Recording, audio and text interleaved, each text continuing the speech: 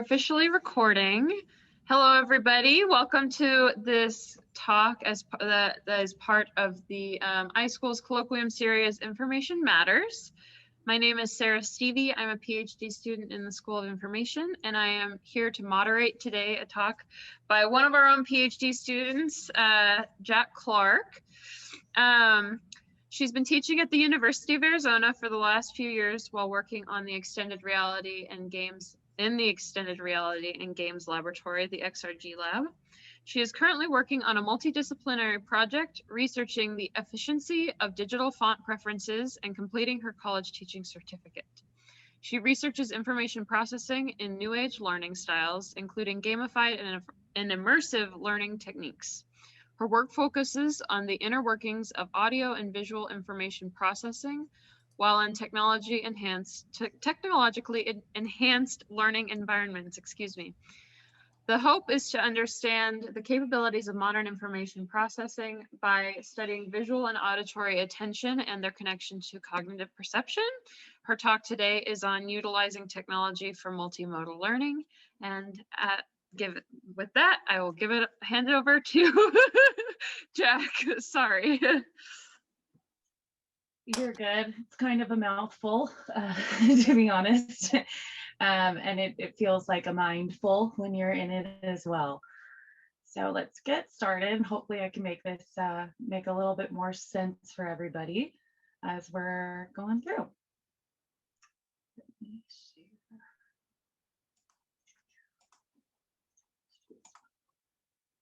Okay. All right, can you all see the PowerPoint? Good, thumbs up. Sweet. Looks good. Thank you.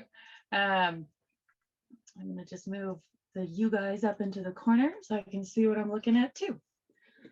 All right, so I titled this project Utilizing Technology for Multimodal Learning. It is much a review between a couple of different areas of academia. There is educational psychology principles in here, as well as information processing principles, and a lot of multimodal learning theory in here as well. So some of you that are more familiar with education, psychology stuff will be familiar with some of it. And some of you that are familiar with more information processing will be familiar with the other part of it. So let's get started. So the agenda today, the first thing we're going to talk about is the digital divide. And this is a big problem that we have with teachers and has been going on for a very long time in education with the integration of technology. And I'll go over what that is and how it's affecting our classrooms and why it's relevant to right now. And then we're going to talk about intuitive navigation. What are some principles that make tech tools intuitive, and also what makes them not intuitive, and what happens when they aren't intuitive. And from there, we're going to talk about 3 different information processing theories. We have split attention, dual channel processing, and visual attention thresholds. So we're going to go over all of those and do a little activity so you can kind of test yourself as well throughout the talk. And then we're going to talk lastly, or concludingly, we're going to talk about some ways to bring this into your classroom, how you can incorporate this in your process of teaching and in your students' learning experiences. And then concluding, we will talk about bridging this divide, which is kind of the theme throughout the entire presentation, but we will go over how you can really bridge this divide in your classrooms as well. So let's get started. This is essentially the digital divide based on a bunch of different references from different areas, as I've been talking about. We start off with the experience over here, which has a lot to do with our funds of knowledge and is the work by Louise Moll. And essentially, the more that we experience things and we interact with something, especially like digital tools and digital interfaces, the more we have excuse me, I have something squeaking by me. The more we have an increase in our funds of knowledge and knowledge of that specific area. So this has a lot to do with social economic statuses, and students that grow up with higher SES statuses often have more experience with digital technologies because technology is expensive and it's not something that every household can have, whether or not we would like that or not. So it's something we have to pay attention to, that our students are going to be coming into our classrooms with different sets of knowledge, and they're going to have very different sets of digital knowledge. So we first start with the experience, and this experience, especially if you have more of it with digital tools, is going to increase your digital literacy. And by this, I mean that it's going to increase your digital navigation knowledge, as well as your visual attention threshold. And we're going to talk a little bit more about that later, a little more integrated. And when you increase your digital literacy and your experiences with these technologies, when you're in the classroom and you're using them, you have an increase in these 21st century skills, which is higher order thinking skills or cognitive skills. This can help you be more committed testers and increase your self-efficacy in terms of digital tools and using digital tools, as well as increasing grit, which we will go over later as well. So feel free to, I'm going to open this for just a second.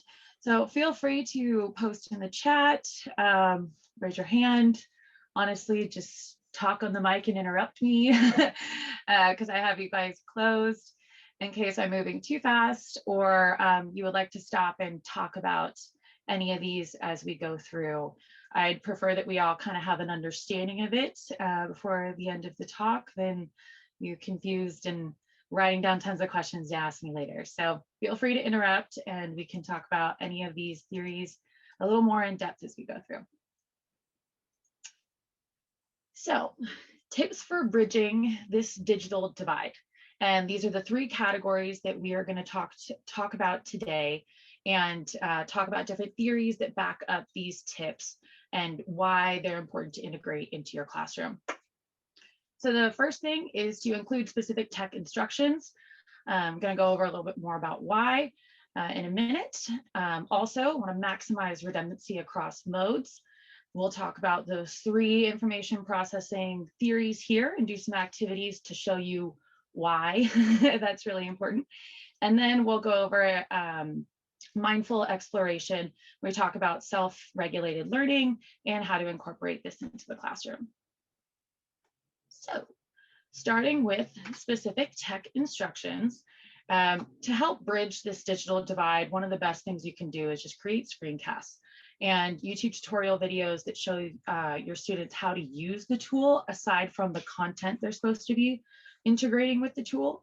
Often we pick something cool to use as a teacher and can forget to show the students their basic navigation skills or navigation within that tool. And so screencasts and YouTube tutorials can help kind of minimize this divide so that everybody is on more of the same playing field and in the same level. So these are two ways that you can do this with tutorials. And really, it's why we do this that's most important. So there's a couple of common principles here that I have put up that are commonly understood to be intuitive, or to help a tool be more intuitive. If you are interested in this kind of work, I suggest looking up user experience or universal design principles. There's a lot of work on this. I'm not going to go into it too much because it'll digress from the other parts of the presentation. But I did want to point these three out because I think that they are very crucial. So common placement of icons when you're looking at a tool is the X in the top right corner, is the back button in the left. These are common placements of navigation that students will be used to and will get used to the more that they talk. Let's see.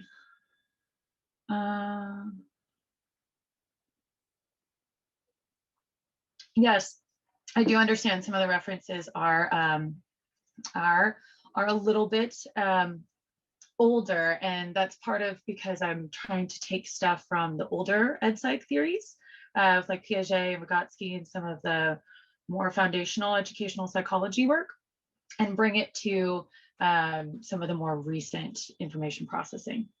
If you have more recent references, please email them to me. I am always looking for new awesome reads. So past common placement of icons. Another thing that makes the tool intuitive is its immediate feedback. If you think about when you're entering credit card information, it should tell you that you didn't enter it right with a little red bar or something that indicates that it's a mistake and you need to re-input your information. When tools don't have this immediate feedback, it makes it very difficult for students to understand what they're doing wrong, why it's not working, and it adds a whole other level of cognitive stress. And then the other thing that good tools do is they have attention directing signifiers. They usually adopt aspects of perceptual salience, meaning certain colors or movements or basically the layout is directing your attention to these specific details. So those are some good things that you want to look for in tools. And now what we're going to talk about for a big chunk of today is what happens when it isn't intuitive and how it affects the learning process and how it overloads our extraneous cognitive load and makes it more difficult for us to learn as students. So what it does is it overloads our information processing channels and in turn decreases the cultivation of higher order cognitive thinking. So it inhibits a lot of what is possible or could be possible in the classroom. Cool. So to continue on, we're going to talk a little bit about maximizing redundancy across modes now that we've explained different tech navigation. And we're going to do a couple of activities with that. First, we're going to talk about visual attention threshold. Then we will talk about split attention and dual channel processing. So visual attention threshold. There is this awesome lab here, Tell Lab, that has for neuropsychologists as well as cognitive scientists and educational psychologists that would like to look at different types of information processing and need some kind of a test for it. This is an area where it's a collaborative experience with different kinds of researchers from undergrad to professionals, all using these different types of tools. And the coolest part is you can manipulate them for your own work and your own practice. So to do that, I'm going to show you right now one that I did, and we're actually going to do the moving objects test here. So if you'd like to participate with this, just pay attention to the screen as best you can, and I will walk you through it. Sorry, my dog just came in, it so scared me a little bit. So with this moving objects test, what's going to happen is there's going to be a circle and it's going to enlarge and go back to normal. When it goes back to normal, it's going to start moving around with other circles. And when it stops, you want to click on that one that enlarged in the first place. So the object of this task is to pay attention to that one circle until the time limit stops. So we'll start with just one circle and moving at a slower-ish pace to see how this goes from the beginning.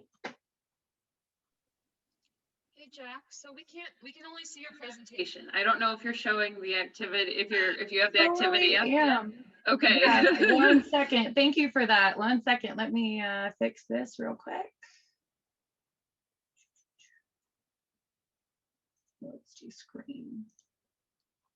Thank you for that. I don't want you guys to be, missing any of this. Can you see it now? Cool. Okay, so what, I know I just explained the instructions, but just real quick again, there's going to be a number of different black circles. In the beginning, one of them is going to enlarge and then go back to its normal size. After that, the circles are going to start moving around and you're supposed to pay attention to the one circle that enlarged. So try to keep focused on that circle as they're moving around, and we'll try to find it at the end.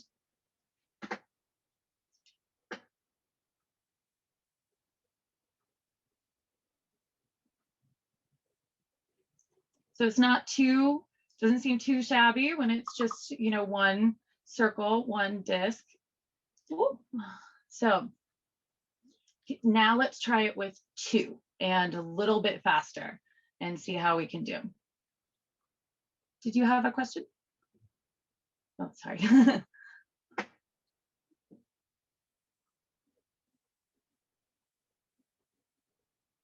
we have right here and right here.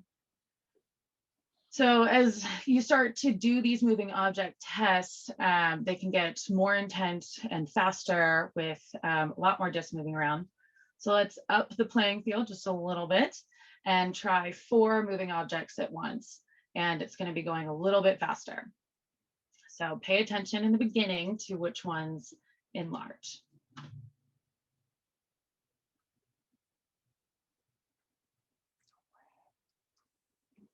It gets a little bit harder, especially when the circles start to move away from each other. It gets a lot more difficult to see, keep track of them all. So now for funsies, let's try one even a little bit faster with 5, just to see how well you can do.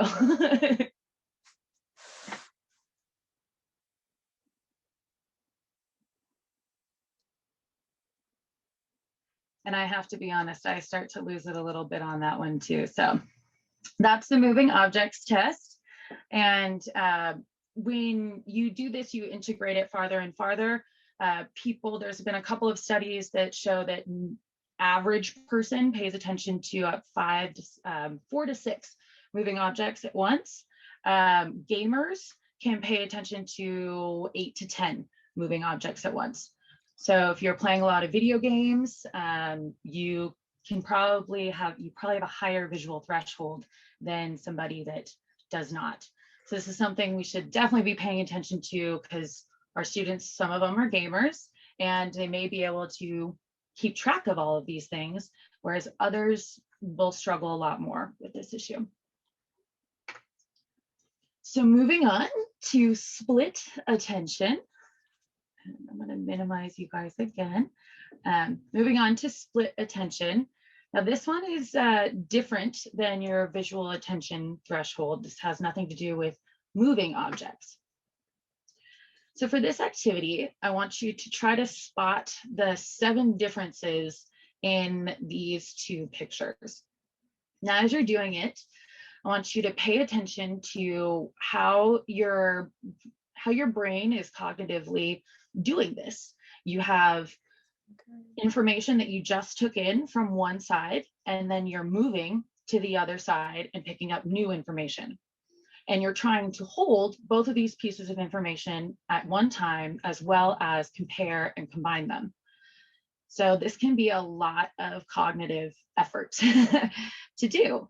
And this happens when we're maybe synthesizing from multiple places, when we're looking at different web sources and things like that. It's not the worst thing in terms of a classroom, especially for teaching synthesis.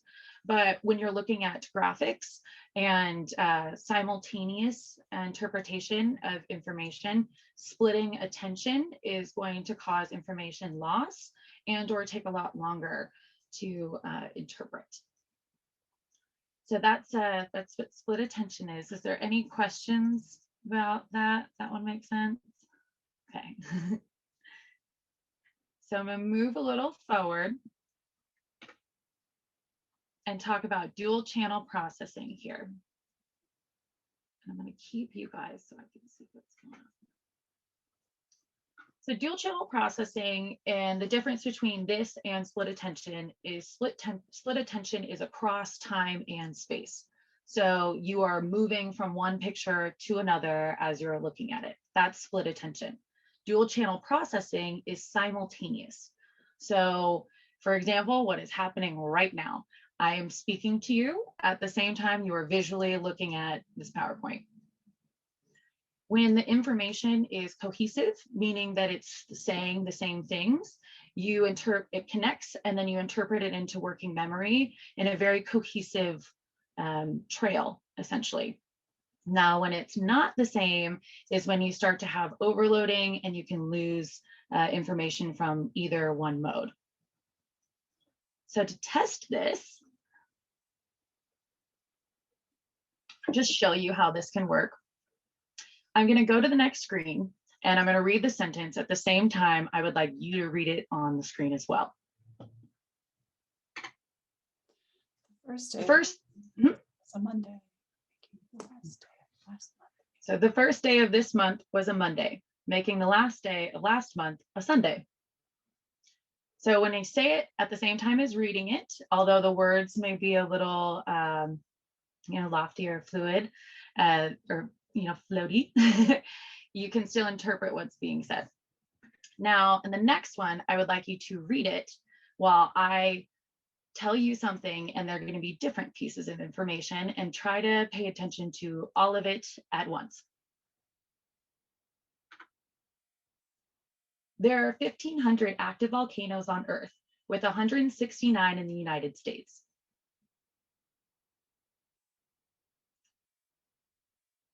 So when you're speaking of numbers and you're talking about certain common things, you can start to get information confused. I was talking about active volcanoes and how many are in the US, whereas this sentence is talking about temperature of the Earth. And when you do this kind of, when you have this occur in dual processing, you lose information in one area or the other. So the biggest thing here is that you want to try to be redundant across modes. So your audio information is also representing what your visual information is representing, and they cohesively go together so that when the student is remembering it or recall, or they're even learning it in working memory, they have a clear understanding of what is being discussed, not multiple things and having to split their attention. So with all of that in mind, now that we have figured out why we need to maximize redundancy across modes and include specific tech instructions, the last thing we just need to discuss is encouraging mindful exploration. And this is this is incorporated in pedagogy and how you facilitate your learning. So I'm going to talk about self-regulated learning. There are a number of principles that are ways that you can incorporate this into the classroom. This is my personal favorite because I feel that it has benefits beyond the classroom than just the content. It helps a lot with it increases higher order thinking skills and 21st century skills that we need to thrive. So we're going to talk about that. And then we're also going to talk about self-regulated learning and constructivist approaches that incorporate self-regulated learning while you're in these multimodal environments.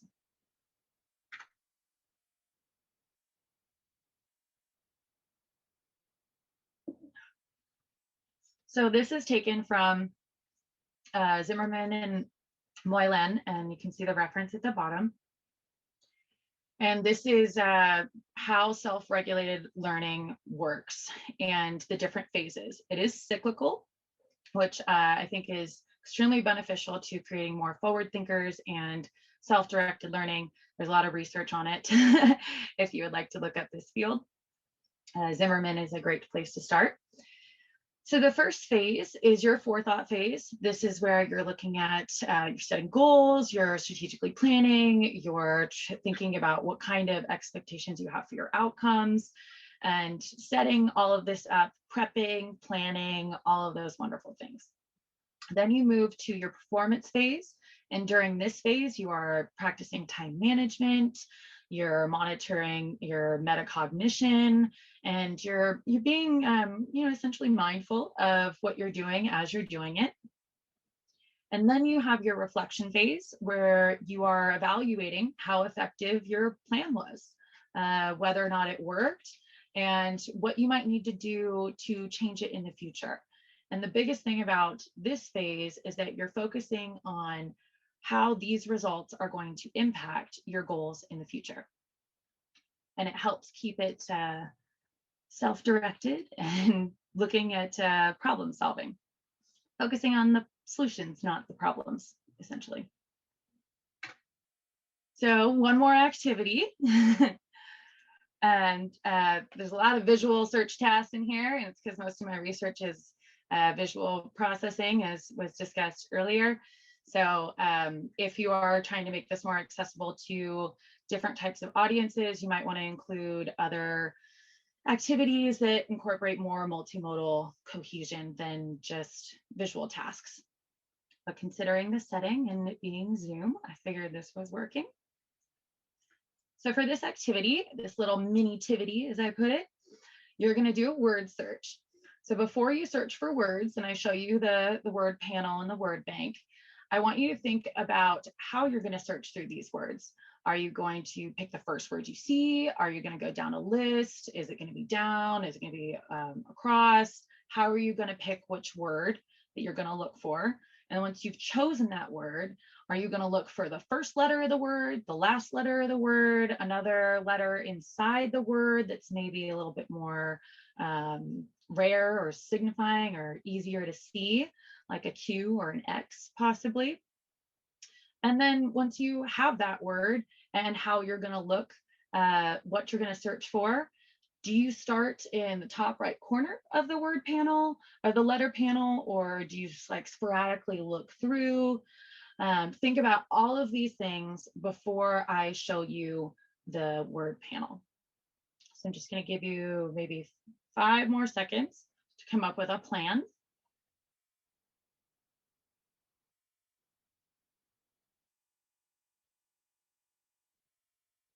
All right, now before I move to the next one, I am going to give you 30 seconds to search for the words and try to find as many of the words as you can in 30 seconds. Go.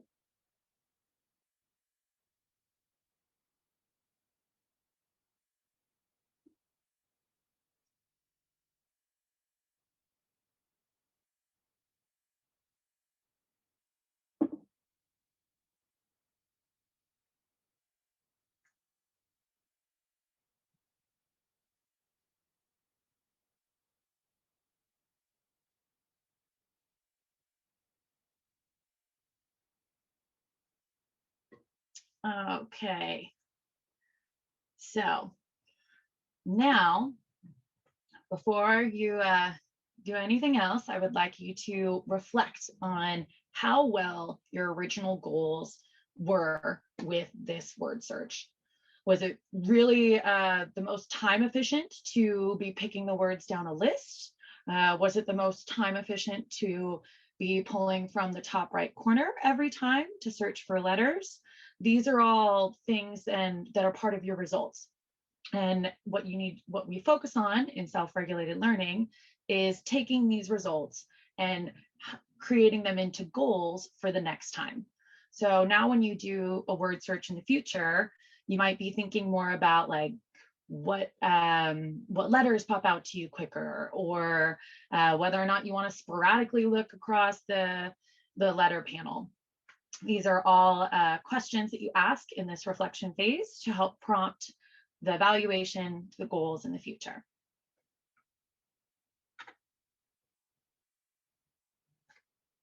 So here is a constructivist approach to incorporating self-regulation into classrooms and into learning experience. This is definitely can be done online, hybrid, in person.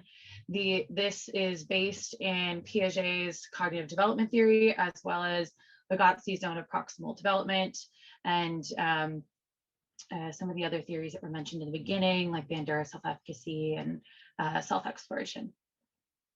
So here is an example of this. You have your forethought phase. You communicate and share ideas.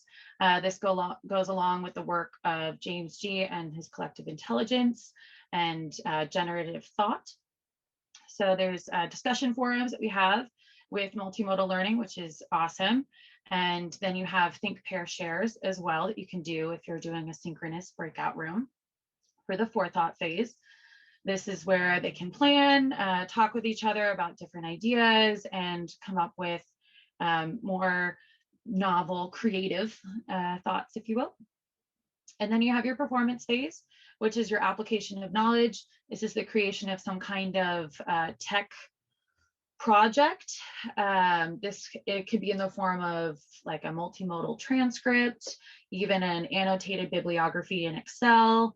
This could be interview recordings, anything that you incorporate in your class. You just make it project-based. This is where you would show screencasts, YouTube tutorials, and maybe give other resources for other areas that they can find their own resources if they need. And in this phase, you present to peers as well and add another level to it. And then in the reflection phase, formal written evaluations are a great idea because they allow you to experience having to write about something formally, especially in a written reflection. Critical critiques on peers' work is a good way to do this. It teaches students how to communicate their written ideas when they're talking about something that may need improvement. And also a formal written reflection for their personal experiences, so they can learn how to convey their written ideas effectively, especially in the world of academia. So the benefits of self-regulated learning, and I'm going back to some of the original things we talked about in bridging this digital divide. So some of the benefits of just self-regulated learning and teaching this way cognitively offers a lot of opportunity for identity exploration. They are able to find what works for them, what doesn't, as well as evaluate what works for them and what doesn't based on their own individual needs. This also increases critical thinking because they're trying to compare and contrast and understand different aspects of any elements that they're interacting with. For online, this helps create committed testers. With the overabundance of information and resources that we have available online, it can be difficult to understand which ones work and which ones don't, which ones have more intuitive navigation, and which ones cause maybe more disruption to the learning process. This learning theory helps students become committed testers, and then they themselves can test out these tools and do more self-directed work instead of being prompted by a teacher. And then beyond the classroom, this can increase grit. Grit is the work of Angela Duckworth. And essentially what grit is talking about is when you have a goal and you have obstacles that come in between completing that goal, how do you handle those obstacles? Do you push through them? Does it matter? Does it make you change your goal? Those types of things. Somebody that has an increased grit or a very high grit score is how you test it. A very high grit score essentially picks a goal, and it doesn't matter the obstacle, they'll find a way to get around whatever that obstacle is so that they can still work towards their original goal. Somebody that doesn't have necessarily a lot of grit might be blocked or stopped at the first obstacle that happens, and they may then just throw that goal away and start a new one.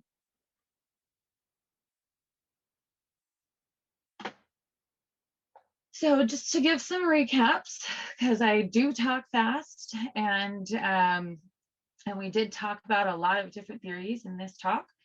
So just to recap some tips for bridging the digital divide. We talked about including specific tech instructions and maximizing redundancy across modes and encouraging mindful exploration. To give a little recap on theories and the different areas that we talked about funds of knowledge as well as digital literacy. We talked about visual attention threshold. We talked about split attention and dual channel processing. And we talked, to conclude, with classroom implementation. We talked about self-regulated learning and different constructivist approaches to incorporating this into the classroom. So what does this mean in terms of the digital divide? So when you look at the 3 categories that we had, they're placed here in bridging the digital divide. We can incorporate specific tech instructions and maximize redundancy across modes. And we can do that ahead of time while we're in the design prep planning. And then when we're in facilitation process is when we encourage mindful exploration and self-regulated learning principles. And the hope is that this will create more 21st century skills like grit, increased self-efficacy, increased critical thinking, and an increase in committed testers. So self-direction and push to do it for intrinsic value. So yeah, that is my presentation. And I'm here to answer any questions that you have and go over anything you wish. Thank you so much, Jack. That was such a great talk. I really enjoyed that you included activities and it taught me a lot about my own attention, my ability to pay attention to presentations and just like, courses and online learning and things like that. And it also gave me some ideas about incorporating this in my own course, even though it's not, so much a writing emphasis course. So, and I have a question about that if we eventually have time, I would love to ask, but let's start with Anna, since Anna has her hand raised. Yeah, so I'd like to hear a little bit more about what a committed tester is, and how you would define someone as a committed tester as a student.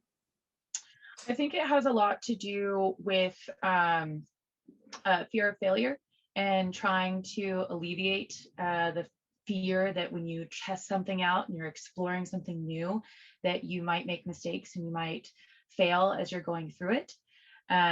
James G's work with committed testers, he talks about it being this willingness to explore.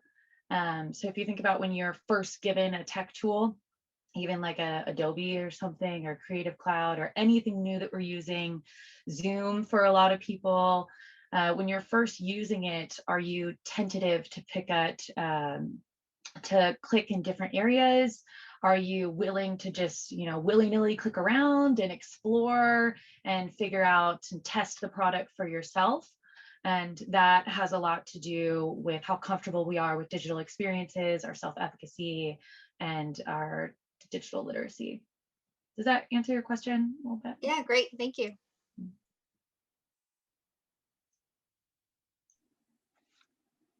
Do we have any other questions from anybody in attendance? Martin, would you like to ask your question?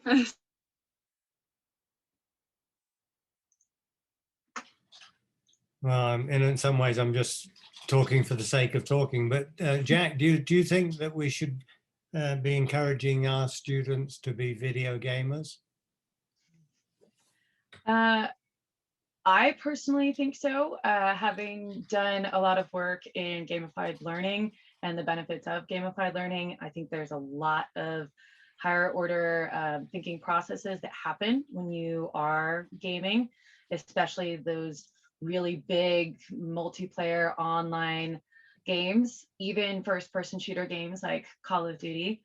And it's not so much that it's going to, that the moving objects part is the biggest benefits of video game learning or playing video games. There's a lot of benefits in terms of thinking critically and oh, now I'm drawing a blank. It's put me on the spot. Just the degrees of autonomy that are allowed in video games allows a lot of identity exploration, and the feedback of it. You're making me draw a blank here.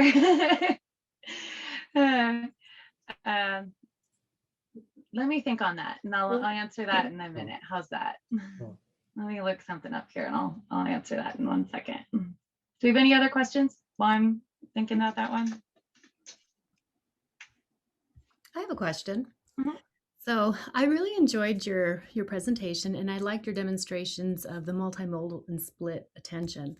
One thing that I've noticed it being hard of hearing is that when I do these online classes and I'm trying to pay attention to my teacher and to the CC and to the slides and to what the students are saying and reading lips that are not on screen, I'm not learning anything, right? So have you looked into how people with various disabilities, visual or ADHD or anxiety, how that can feed into this and what we can learn from that? I haven't specifically looked into like specific details of that, but it is something that's overarchingly talked about throughout the literature, that the more cognitive load you put on the task, and it's very respective to the individual. So somebody with disabilities would have more of a cognitive load to figure out something than somebody that doesn't have cognitive disabilities. And it's really, when they look at disabilities and cognition and neuroscience, it's a lot with how efficiently you're using your brain. It's in different areas and how quickly that works.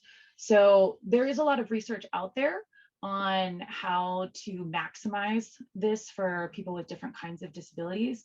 I'm just getting into it, so I'm not the best person to ask, but I can say on a baseline, the more things that you're drawing from, the more cognitive load you're putting on yourself, and the more complex and harder it is to make meaning from that task. So the more that you're splitting your attention, the more that things are not synchronous, the harder it's going to be. And it's probably going to be much harder for people with disabilities the more that you get into that. Oh, thank you. And Martin, I do have an answer to your question. One of the biggest things with gamified learning is that it's all about incidental learning.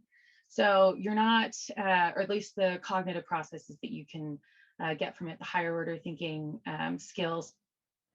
When you're incidentally learning, you're focused on doing something else and then kind of sneakily gathering other things. So when you're playing video games, you are using the different mechanisms to learn cognitive skills. If there's a chat box, you're learning how to communicate and collaborate with different peers. This could be negative or positive, however you choose to do it. You're also monitoring your different goal settings and doing a lot of self-regulation, and because you're picking a task and then you're executing that task and then reflecting on its effectiveness. You get very clear feedback when you're in a video game in terms of player statistics. So you can regulate your own learning in more of a quantitative fashion, depending on the game. And then if the game's got narratives, there's tons of benefits, motivating benefits of narrative practices and following different characters along. And I think it's Bandura's work with vicarious learning that goes into that. So yeah, does that kind of help answer your question a little bit better? I'm sorry, you're muted. Let me switch my microphone on. Yes, it does. But I was thinking of something else, and that is, I mean, that's a perfect answer to my question about the gaming. But I was just thinking about, you know, what you were advocating in general, right? Which is, you know, to make whatever materials you're trying to teach and so on, you know, most available and in, if you like, the least challenging way to the students that are studying it and so on. Right. But if you think, say, let's go to gaming at for a moment, you know, you start doing something or other and it doesn't initially challenge your attention an awful lot. It challenges it just a little bit. But as your abilities improve, you know, and you're able to pay attention to more things, it will challenge you more. And so it's developing your cognitive abilities. Now, one might think, okay, if I'm never going to split attention when I'm teaching students, or I'm never going to, et cetera, in some ways you're limiting, improvements that they might make. Now, I'm not saying, oh, it should be, impossible to do, but if something was slightly, challenge them a little bit, their cognitive skills now we're talking about, not just the content, but rather the attention and memory and reasoning and everything else. If, in other words, you didn't make it, I mean, I'm talking in metaphors here, but if you didn't make it too easy for them, that might be better than making it easier for them. What do you think? Yeah, there's I don't have it in here, but the work is by Yerkes and Dobson, and they have a theory for task arousal, and it basically says that, there you go. Yeah, it basically says that if the task is too easy, then Sure. people aren't going to try at it, or won't put as much effort into it. And if it's too hard, they also won't put as much effort into it because they don't feel that they will do as well. So you want to find that happy medium in the middle where they're optimally aroused to complete the task and feel that their skills are being used and challenged in an appropriate way. Yeah, right. So I think it depends on the game and depends on the person when it comes to whether or not that is happening for different individuals. Yeah, but I mean, I'm talking about, you teaching in the classroom, not just gaming. That it shouldn't be, that it should require some, if you like, split attention, appropriate to the learning level of the people concerned. But thanks, Jack. It's great. I agree. When, at a college level and we're teaching at an undergraduate level, if you're working on synthesizing from multiple places of information, then you are working on splitting their attention and trying to increase their ability to do that. And so if we're doing this at a college level, then you might want to include more than one or two so that they can work on increasing that ability to split their attention. But if you're at like elementary levels or high school or maybe lower than that, you're not going to want to cause too much splitting, just because it's more complex and it's harder for them to make meaning of what you're trying to teach. Thank you.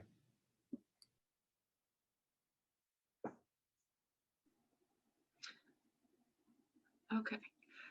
Anybody else have questions for Jack? Okay, I have one. It's kind of off track from where our discussion has been going so far. But I think, so I personally teach a programming class. I teach a coding class. And and I really loved this presentation and just talking about the conversation about the digital divide, because it's something, as my course is a first semester programming course. And so there's a lot of navigating the digital divide with my students is it's a key problem in my mind, in terms of that is sort of at the forefront of my mind when I'm trying to plan how can I make things better in this course, right? And so I think what I'm most curious about, so the examples you gave were kind of more in courses with more of a writing emphasis, but I'm wondering if you have any suggestions for how I'm sorry, I took notes here.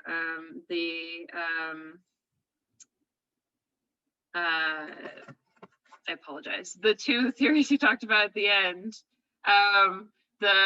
yes, how would you apply those approaches to a course that's not so heavy in writing emphasis, more like, in like a statistics class, or in, not even specifically programming, but just, you know what I mean, just not quite in a course with writing emphasis. Yeah, sorry.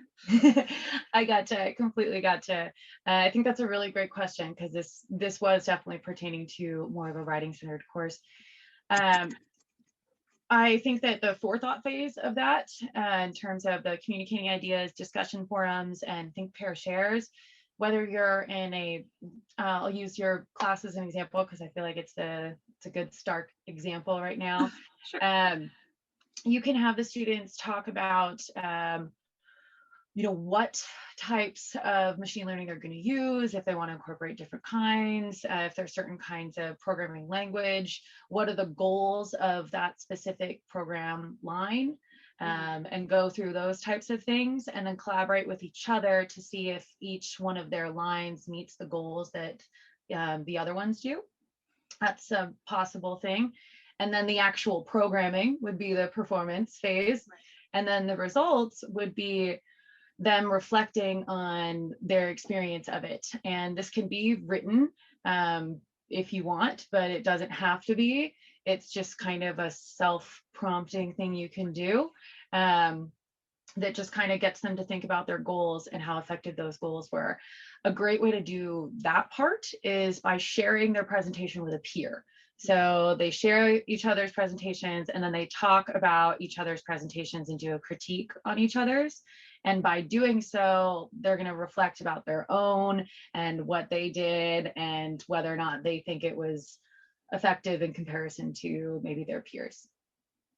Cool. Thank you. I appreciate that answer. Yeah. That's very helpful. I was sort of, I have discussion prompts and things like that in my course. And one of the things that I try to do is like have them plan out what they want their code to do. And then they are supposed to write their code, and then they post it, and then they can comment on each other's code and stuff like that. And so I was sort of, I think through what you're saying, it sounds more like we can like encourage them to do these things and introduce this idea of like, okay, think about the task, then perform the task, then evaluate how you did on the task. But maybe it's more useful to encourage it by way of requiring them to do it, instead of just saying, okay, here's things you should keep in mind. Here are a few things you should keep in mind when you're doing this task. Is that kind of what you're saying? Okay. Cool. It's exactly what I'm saying. And the more that this is like constantly incorporated, the more that students start to do this on their own. And they automatically are taking their results or their evaluations and going, okay, well, this is what I'm going to do the next time. And it's a focus on the future and how they're going to do it next time, not just on the problems and the mistakes that they've made in this time.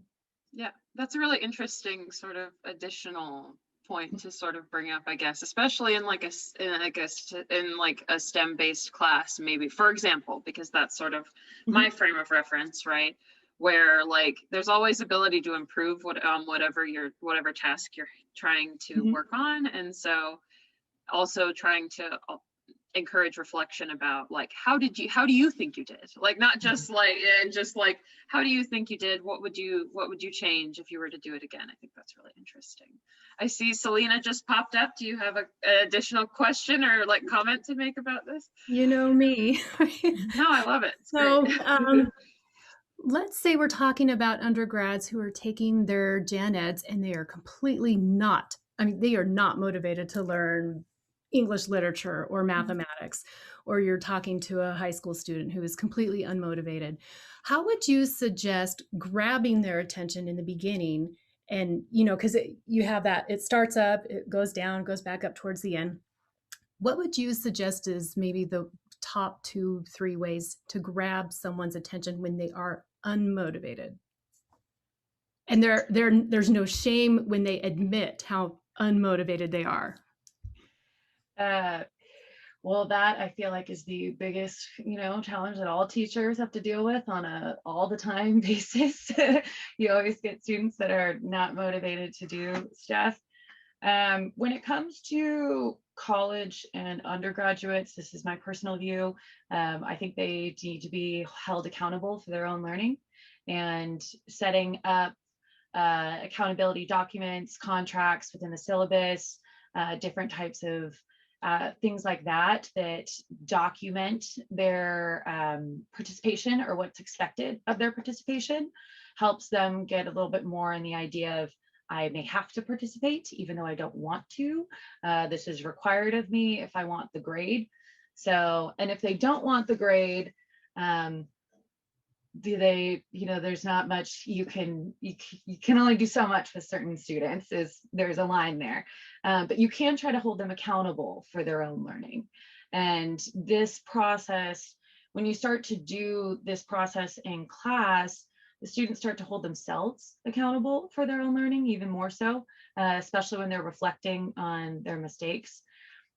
Another thing that I like to do in my classes is incorporate a lot of fandom and like 21st century, like pop culture, fun stuff, GIFs, memes, movie references, and from kind of all over. You can add things like that in there. I know there's a lot of work on fan fiction and bringing things from outside of the classroom into the classroom to help bring engagement. Other than that, I'd have to think about that one a lot more. It's something I've definitely struggled with before in teaching certain undergraduate classes that I've had to teach. And it is probably the hardest thing as a teacher when you have to go through it. Yeah. It sounds like it sort of like relates to the idea of trying to encourage your students to take ownership of their work and like really feel that it is theirs and they can, you know, really like they should put forth the effort they want to make given it's theirs. Does that sort of resonate with this idea? Yeah, and then the other thing that hopefully some of this may help as well, including different levels of autonomy. So you have this kind of project structure, you have the structure of what the project is or what the assignment's supposed to be, but allowing them to explore whatever content they want. So if they're doing a literature review, or just, for example, they're doing a literature review, they can pick whatever genre of literature, whatever thing that they would like. So hopefully it brings more motivation to them because they can put their identity into it a little bit more, and then they're a little bit more intrinsically motivated. So balancing that, like structure is very set and the assignment structure is set, but the content is open for them to choose what they want and to do what they want within that. That I found students have gotten really, they get excited. They're like, what do you mean? I can look up this? Like, yeah, you can talk about that as long as you follow the parameters of the assignment and, you know, are using it in the way it's supposed to be used. So that's a way to get people engaged. Thank you. Any other questions?